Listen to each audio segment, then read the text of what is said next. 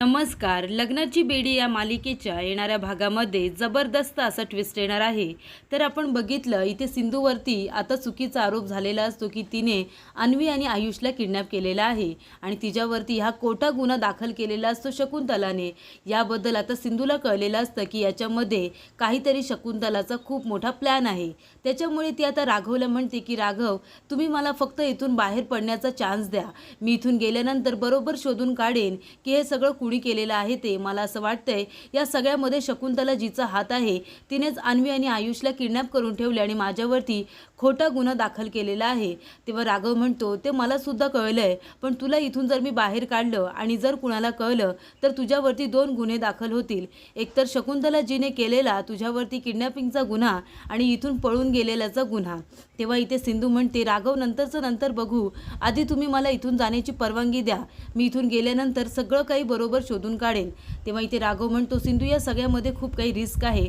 तरी सुद्धा सिंधू राघवजवळ हट्ट करते आणि ती म्हणते की मला इथून तुम्ही जाण्याची फक्त परवानगी द्या. तेव्हा राघव सुद्धा सिंधूला ती परवानगी देतो स्वतःला निर्दोष सिद्ध करण्यासाठीची आणि ती तिथून बाहेर पडते. पण ती आता वेशभूषा करून जाते, एक वेश परिधान करते. ते असतं कामवाली बाईचं. ती शकुंतलाच्या इथे आता कामवाली बाई बनून राहायचं ठरवते, कारण तिला तिच्यावरती पारत ठेवायची असते. कारण का तिला माहिती असतं की या सगळ्याच्या मागे शकुंतलाच आहे.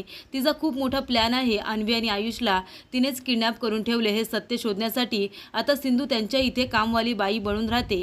आणि त्याचबरोबर अजून एका गोष्टीचा खुलासा होतो, ते म्हणजे मधू आणि शकुंतलाजी यांनी हात मिळवणी केलेली असते.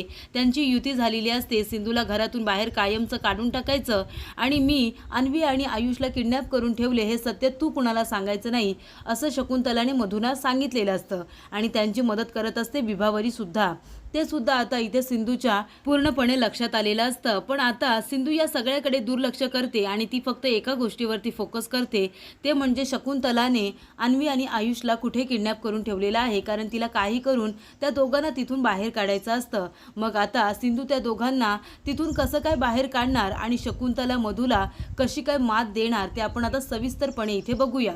तर इथे आता शकुंतलाने अन्वी आयुषला किडनॅप तर करून ठेवलेलं असतं, पण तिच्या माणसांना तिने सांगितलेलं असतं त्या दोघांना कशाची कमी पडू द्यायची नाही. अन्वी पोटुशी आहे, तिच्या खाण्यापिण्याकडे लक्ष द्यायचं, दोघांनाही त्रास होईल असं वागायचं नाही.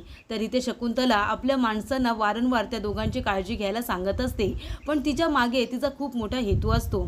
तो हेतू आता मधूला कळलेला असतो आणि मधू म्हणते तुम्हीच किडनॅप करून ठेवले अन्वी आणि आयुषला.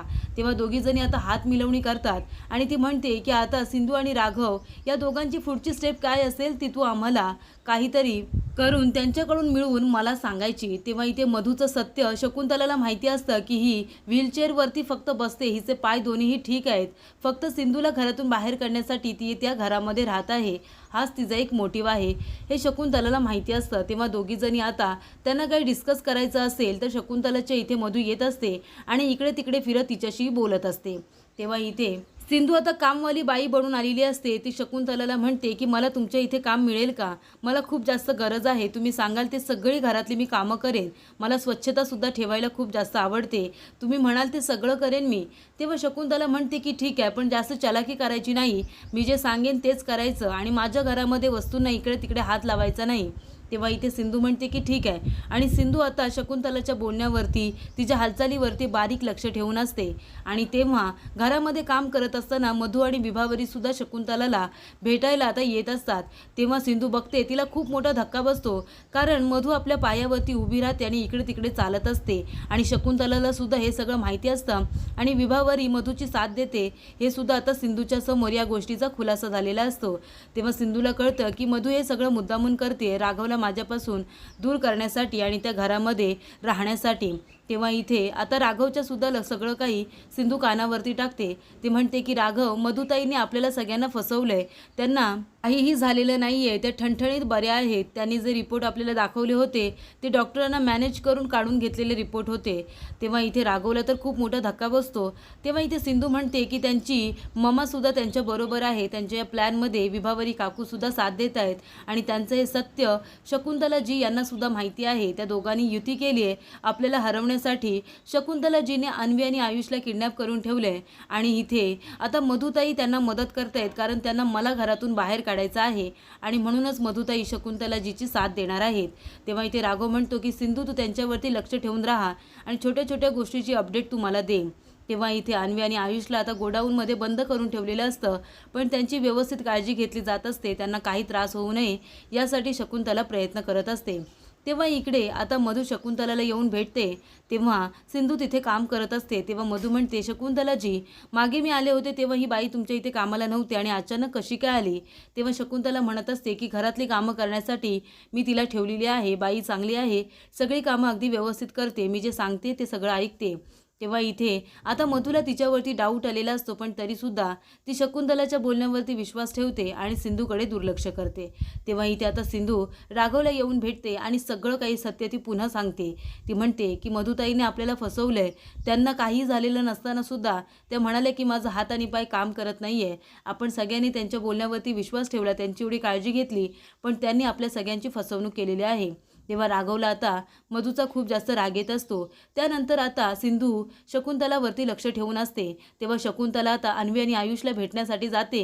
तेव्हा ती तिच्या गाडीच्या डिक्कीमध्ये बसून तिचा पाठलाग करत असते. शकुंतला आता आयुषला भेटण्यासाठी त्या गोडाऊनच्या दिशेने गेलेली असते. तिच्या गाडीच्या डिक्कीमध्ये सिंधू लपून बसले हे आता तिला माहिती नसतं. तेव्हा आता तिचा ड्रायव्हर आणि शकुंतला दोघं जण आता आतमध्ये गेल्यानंतर सिंधूसुद्धा त्यांच्या मागोमाग येते आणि तिने ते गोडाऊन बघितलेलं असतं. तेव्हा ती हळूच एका खिडकीतून बघते तर तिथे अन्वी आणि आयुष दोघं जण आतमध्ये असतात. त्यांच्यासाठी शकुंतला आता जेवण घेऊन गेलेली असते. तिने जेवण अरेंज केलेलं असतं. तेव्हा अन्वी म्हणते की हे बघा, तुम्ही आम्हाला इथे का बंद करून ठेवले? तुम्ही जर इथे आमच्या खाण्यापिण्याची एवढी काळजी घेताय तर आम्हाला घरी घेऊन जा, नाहीतर मला माझ्या घरी जाऊ दे, मी आयुषला सुद्धा माझ्याबरोबर घेऊन जाईन. तेव्हा आयुषसुद्धा म्हणत असतो की आईसाहेब, तुम्ही हे काय करताय? तुमच्या या वागण्याचा माझ्या बाळाला आणि अन्वीला दोघांनाही त्रास होतोय, त्याच्यामुळे आम्हाला इथून जाऊ द्या. तेव्हा शकुंतला म्हणते, मी जोपर्यंत तुम्हाला इथून बाहेर काढत नाही तुम्ही इथेच थांबायचं आहे. तेव्हा आता सिंधू येते आणि राघवला सांगते की ते गोडाऊन कुठे आहे आणि शकुंतलाने अन्वी आयुषला कुठे ठेवलंय. तेव्हा आता राघव आपली पोलीस फोर्स घेतो, तो सगळी टीम तयार करतो आणि त्यानंतर सिंधूसुद्धा त्यांच्याबरोबर असते. तेव्हा ते सगळेजण आता गोडाऊनला बाहेरून पूर्णपणे घेराव घालतात आणि तेव्हा इथे राघव बाहेर उभाच राहिलेला असतो आपली टीम घेऊन. तेव्हा इथे सिंधू आणि राघव दोघं जण आता आतमध्ये जातात आणि शकुंतलाला रंगेहात पकडतात. तेव्हा इथे शकुंतलाच्या हातामध्ये दुसरं काही उरत नाही. जेव्हा गुंड लोक त्यांच्यावरती हल्ला करतात तेव्हा सिंधू आणि राघव त्यांना पुरून उरतात. राघव त्यांना चांगलाच धडा शिकवतो आणि शकुंतलाला आता इथे अरेस्ट करायची धमकी देतो. तेव्हा इथे शकुंतलाचा चेहरा आता सगळ्यांसमोर उघड पडलेला बघून ती खूपच जास्त टेन्शनमध्ये येते आणि घाबरते. तेव्हा कामवाली बाई तिथे काय करते म्हणून ती तिचा चेहरा बघते तर ती सिंधू असते.